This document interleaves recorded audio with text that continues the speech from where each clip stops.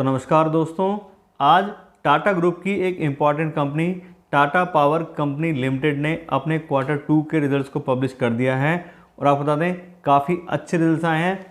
Year on year base पर बात करें तो कंपनी का रिवेन्यू भी इंक्रीज़ हुआ है और साथ ही साथ नेट प्रॉफिट तो 85% से इंक्रीज़ हुआ है।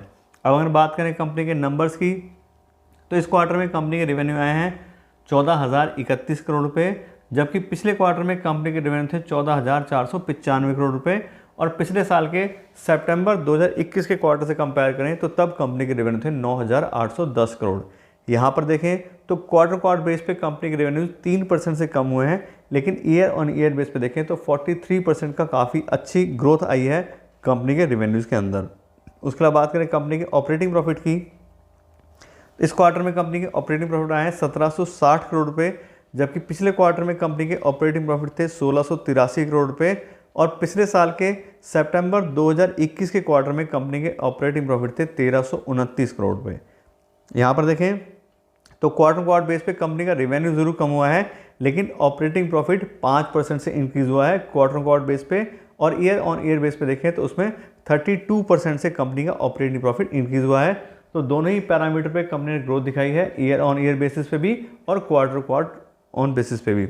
उसके बाद बात करें कंपनी के ऑपरेटिंग प्रॉफिट मार्जिन की, तो इस क्वार्टर में कंपनी के ऑपरेटिंग प्रॉफिट मार्जिन आए हैं 13% के, जबकि पिछले क्वार्टर में 12% थे।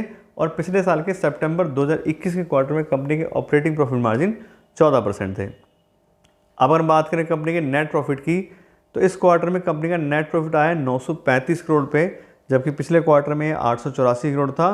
और पिछले साल के सितंबर 2021 के क्वार्टर में कंपनी का नेट प्रॉफिट 506 करोड़ रुपये था। और यहाँ देखें तो क्वार्टर बेस पे कंपनी का नेट प्रॉफिट 6% से इंक्रीज़ हुआ है और ईयर ऑन ईयर बेस पे कंपनी का नेट प्रॉफिट 85% से इंक्रीज़ हुआ है। और ये काफ़ी अच्छा नंबर है कि हमने ईयर ऑन ईयर बेस पे बहुत ही अच्छी ग्रोथ अपने नेट प्रॉफिट में दिखाई है। और अगर हम बात करें कंपनी की अर्निंग पर शेयर की, तो इस क्वार्टर में कंपनी की अर्निंग पर शेयर आ रही है ₹2.56, जबकि पिछले क्वार्टर में कंपनी की अर्निंग पर शेयर थी ₹2.49। और पिछले साल के सितंबर 2021 के क्वार्टर में कंपनी की अर्निंग पर शेयर आ रही थी ₹1.32। और यहाँ देखें तो कंपनी के अर्निंग पर शेयर में क्वार्टर बेस पे 3% ग्रोथ आई है और ईयर ऑन ईयर बेस पे देखें तो 94% का काफ़ी अच्छा जंप मिला है कंपनी को उसके अर्निंग पर शेयर में। तो इस तरह से कुल मिला के देखें तो कंपनी ने क्वार्टर बेस पे भी काफ़ी अच्छा परफॉर्म किया है और ईयर ऑन ईयर बेस पे तो हम देख ही रहे हैं काफ़ी अच्छे से कंपनी के रेवेन्यू और प्रॉफिट्स इंक्रीज़ हुए हैं। अब अगर हम बात करें कंपनी के करंट शेयर प्राइस की और कंपनी की वैल्यूशन की, तो आज के डेट में कंपनी का करंट शेयर प्राइस आ रहा है 225 रुपये पर शेयर और साथ साथ कंपनी की प्राइस बाय अर्निंग रेशो आ रही है 28 की।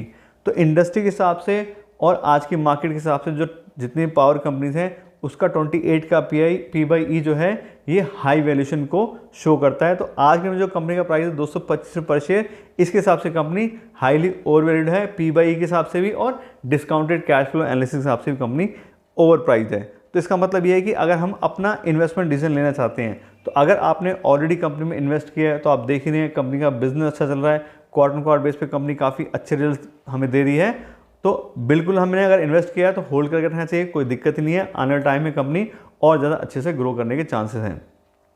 और अगर हम नया पैसा अपना इसमें इन्वेस्ट करना चाह रहे हैं तो उसके लिए हमें थोड़ा भी वेट करना चाहिए। अगर कंपनी में थोड़ा करेक्शन आता है, ये इकोनॉमी थोड़ी और स्लो डाउन की जो बात हो रही है कि US में स्लो डाउन आने वाला है तो यहाँ पे भी कंपनी में फ़र्क पड़ेगा, तो तब हम इस कंपनी में अच्छे से इन्वेस्ट कर सकते हैं क्योंकि कंपनी फंडामेंटली काफ़ी स्ट्रॉन्ग है, काफ़ी अच्छी पोजीशन अपने सेक्टर में होल्ड करती है। तो रिजल्ट्स के लिए आज के इतने रखते हैं। Thank you so much.